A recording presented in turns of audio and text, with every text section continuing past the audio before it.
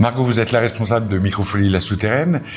Qu'est-ce qu'un Microfolie? C'est vraiment la question qu'on se pose tous. Microfolie, c'est avant tout un musée numérique. C'est des dispositifs qui ont été mis en place par la Villette, en fait, pour avoir plein de petits lieux culturels, notamment dans les milieux les plus ruraux, dans lesquels on n'a pas de musée. Et qu'est-ce qu'on y trouve, d'un point de vue très concret? Très concrètement, on y retrouve des collections qui sont issues de plein de musées, que ce soit des musées nationaux, internationaux, en numérique, donc avec lesquels on peut interagir via une tablette et via une médiatrice qui est formée dans ce lieu-là. Et après, nous, on a la chance d'avoir une microfolie qui est très grande, donc on accueille beaucoup d'expositions, on fait beaucoup d'éducation artistique et culturelle avec les classes, on fait des spectacles, on fait un peu de tout.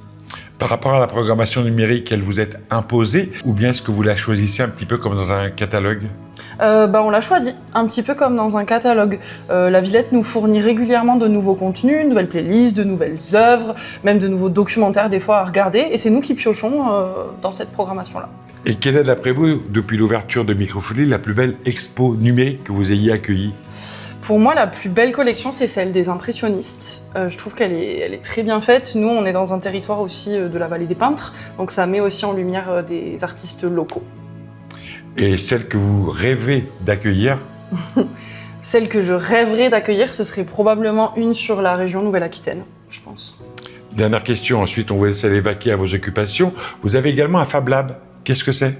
Un Fab Lab, très simplement, c'est un laboratoire de création numérique dans lequel on peut retrouver des fraises CNC, des impressions 3D, des découpeuses laser, donc ça sert à faire tout un tas de choses de bricolage. Margot, on va continuer de découvrir avec vous la Microfolie de La Souterraine. Comment est-ce que vous déterminez une programmation sur une saison? On peut fonctionner par thématique. Par exemple, la thématique fil rouge de cette année, c'est la couleur. On est encore en train de définir celle de l'année prochaine. Et on a de la chance, on est sur un territoire qui bouge beaucoup. Donc on a beaucoup de gens qui viennent nous voir avec des projets d'exposition.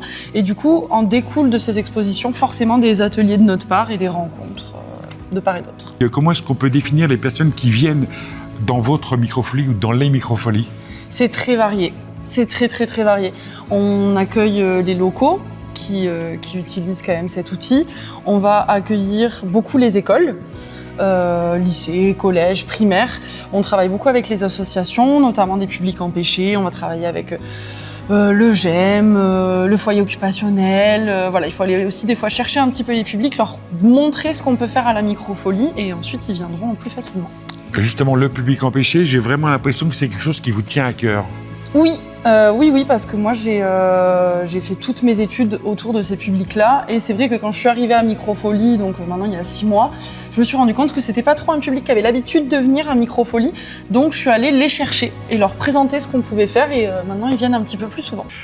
Les jours et heures d'ouverture, est-ce que c'est fixe ou est-ce que ça change en fonction des saisons? C'est fixe de septembre à juin. On est ouvert du mercredi au samedi de 14h à 18h et l'été, on ouvre en plus le mardi. On en avait parlé lors d'un précédent rendez-vous. Vous possédez un Fab Lab qu'on va maintenant aller découvrir avec votre collègue.